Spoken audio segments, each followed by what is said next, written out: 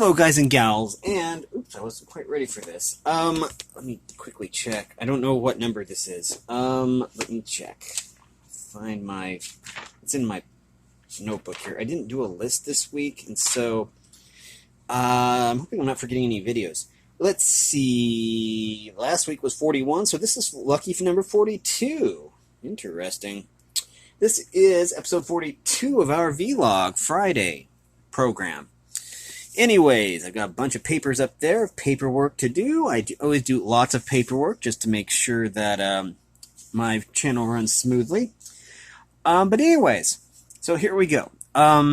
This is Vlog Friday, and the topic that we're going to talk about first, before we dive into these 7 points that we always cover, is coping with stress. And why did I pick this topic? Well, I'm glad you asked, because nobody really actually asked anyway. But anyways, it was GoFest, and this is actually the last day of GoFest, thankfully. I mean, I like GoFest, Pokemon GoFest, and stuff like that, and they dropped the tickets to just $5, and it's like, well, it's a lot better than $15, and a lot of people were disappointed with last year's GoFest. I actually liked last year's GoFest, but they just didn't feel that it was worth the $15, and I have to agree with that. It was worth the $5, though, that's for sure. I found, I don't know, like maybe 9 shinies, probably not that many. But anyways, it was also very, very stressful. The first day wasn't too bad yesterday, because I'm recording this on a Sunday. This will go live on a Friday, so you'll have to think in those terms. When I say yesterday, I mean Saturday, and today I mean Sunday. So anyways, instead of, when this is coming out. Anyways, the first day was a little bit stressful because, well, for an hour, every hour they changed habitats, there'd be different Pokemon, and there were these collection things. And that was easy. I mean, there really wasn't any stress with that. Even before the halfway mark, I usually had the collection things complete just by, using an incense. And so that wasn't very stressful, but still, then there was, I want to catch this many Pokemon to get this much candy so I can evolve them. Tynamo, by the way, to evolve it to Electros. Suwaddle, I needed to catch Suwaddle so I could get Livani. I wanted to catch a few Sawk, S-A-W-K, because they're regional. Chatot, I wanted to catch because it's regional. And so there's just a lot of, go, go, go, you have to catch all these Pokemon. And I didn't get the research done on the day, which was okay because it's special research. And then the real stress happened on day 2, which I'm still kind of salty about, but that's beside the point. This isn't about me. I will talk a little bit about the second day of GoFest. Basically, it was less structured, and the second day of GoFest last year was kind of chill because, I don't really care about defeating like half a bazillion Team Go Rocket grunts. I thought that the concept was really good of Team Go Rocket invading, GoFest and stuff like that. But it took me like an hour to do all of the quests, and then it was like, I can just take the rest of the day off. This one, though, there was a lot of different raids, and for me, I'm not really a raider. There's lots of Pokemon I don't have because I don't raid. But there was a quest, and you had to do 3 raids, and that was okay. I managed to find 3 raids, and then it was like, you have to do 5 more raids, and I'm like, ugh.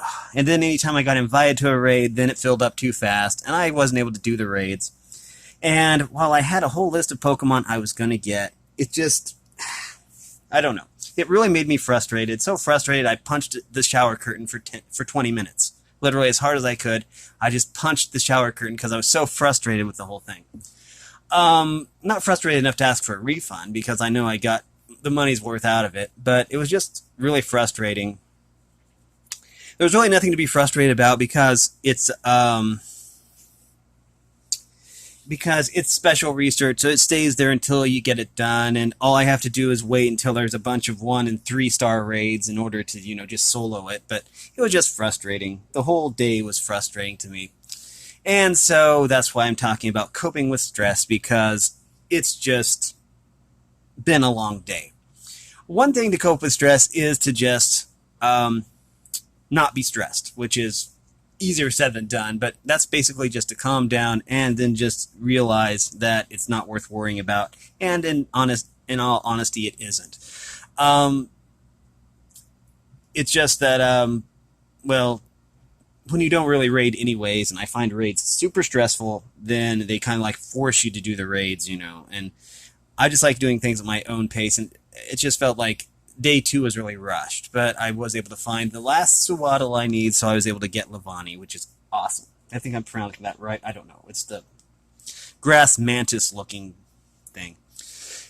Anyways, this has been 5 minutes talking about myself, and I'm sorry about that. But anyways, stress can be really detrimental, and one way to handle it is to release that frustration, and that's what I did with the shower curtain. It didn't hurt my fist at all, and it didn't hurt the shower curtain because it's plastic. So anyways, there's just releasing the stress that way. Or if you have a stress ball or stress toy, is that what they're called? I don't know.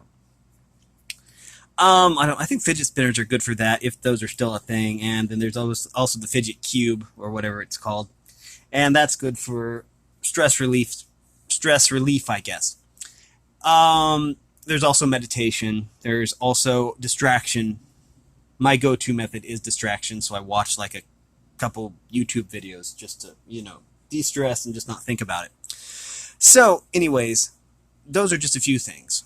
But one way that you can actually handle stress and depression, I suppose, is to do something you enjoy at least once a day and make sure it's something legal. I always have to add that disclaimer. It can be a very today was very stressful, but I realize that tomorrow will be better, so that makes me feel better already. But yeah, like I say, I watched some YouTube videos and then felt a lot better. Let's see, I watched Merg. He was playing Amori, and then I watched Pangaea Panga. He was doing, trying to do 1,000 no skip in like expert, and those videos always calm me down, so that's good. So yeah, then I just decided I should probably do this because it's 7:11 and I still need to shower, and then we're gonna go to Hardee's and get some tacos. So yeah, anyways, every Sunday, tacos and a burrito from Red Burrito Hardee's in Havana. Anyways, so yeah, again, that's not stressful at all, and that helps relieve stress. Number 2 is there's always someone who cares. Today was a frustrating day, but I do know that there are people who care. There are people in the service industry who care. There's family, there's friends, and there's all that good stuff. Yeah, and it's good not to let the pressure build up, and the frustration build up. So yeah, that's why you want to release it. But anyways, there's always someone who cares, and society is good at making people feel that there isn't anyone who cares, and even on the big social platforms, you can basically feel alone, and everyone's in their own little world, and so yeah, there's always someone who cares. That's always something to remember. Number 3 is if you are suffering from an affliction, there is no shame in seeking help, and that can go for physical wounds and mental anguish as well. Just checking here. Let's see if I'm 85%. Okay. Just making sure my phone is charged in time for tonight. Anyways, if you are suffering from an affliction, there's no shame in seeking help, and that can go for, mental illness as well. That can go for depression, but there are some mental conditions like paranoid schizophrenia and bipolar where you basically need medication just to cope.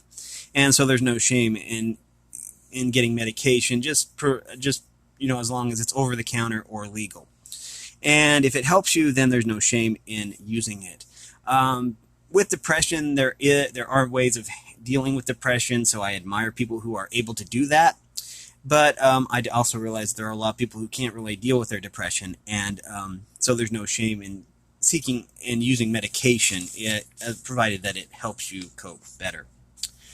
Number 4 is no matter how bad things get, there is always hope, and that is also something to remember because society has a way of making everything feel so hopeless. And So yeah, even though I had a rough day today, I know tomorrow's going to be better, and that's hope right there.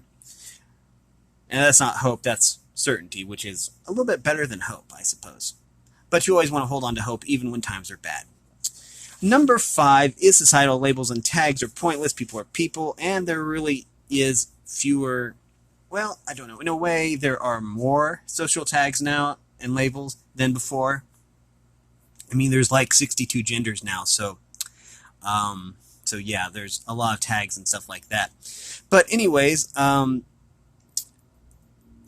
negative social tags are kind of a burden, and there are some people who embrace those, but I don't know. I always find labeling somebody something is basically subjugating them or putting them into a box that they don't really fit in. And I don't really like that. I may say something snarky once in a while about, like, I don't know, like the Metal Freak Show or something, but I still feel that people have the right to do whatever they like as long as they're not doing harm to themselves or other people. And that goes for worldviews too. But so it's always good to be tolerant of everyone's of who people are, whether it's, well, regardless of a person's religious beliefs, or sexual orientation, or creed, or what country they're from, or anything like that, or the color of their skin. People are people, and sometimes it's difficult to remember that people are people regardless of what they believe, and beliefs are fine as long as they aren't hurting themselves or other people by believing what they believe or doing people physical harm. Number 6 is be yourself. There will never be another you, and this is the power of individuality, and really that's important. Society sometimes makes it seem like you need to conform in order to be accepted, but what I find is that you should always be yourself. I always encourage people to start a YouTube channel so they can express their opinions, because everyone has different opinions, and yeah, that's good. It would be kind of boring if everyone liked the same food, and it would be kind of boring too if everyone had this exact same beliefs and stuff like that. There would be a lack of variety in society, and that would not be a good thing. So always be yourself. And number 7 is always think positive thoughts, and that can be difficult sometimes, especially if you're having a rough day. But anyways, all that aside, positive thinking has numerous documented positive benefits, and so yeah, that is always something to keep in mind. Thinking positive, as I've said before, has numerous positive benefits and basically no downsides whatsoever. So there's really no harm in having positive thoughts. And it can actually improve your attitude and basically make life a little bit better. Then again, all these are just opinions, and you can either take my opinions or leave them. It's up to you, but I hope that at least someone found these points at least useful, because I really do care. It's just and I know I go over these same 7 points. I should probably add like a bunch more, but I don't know. I just find these points are things that people should hear every week, just because I find them important. And I don't know.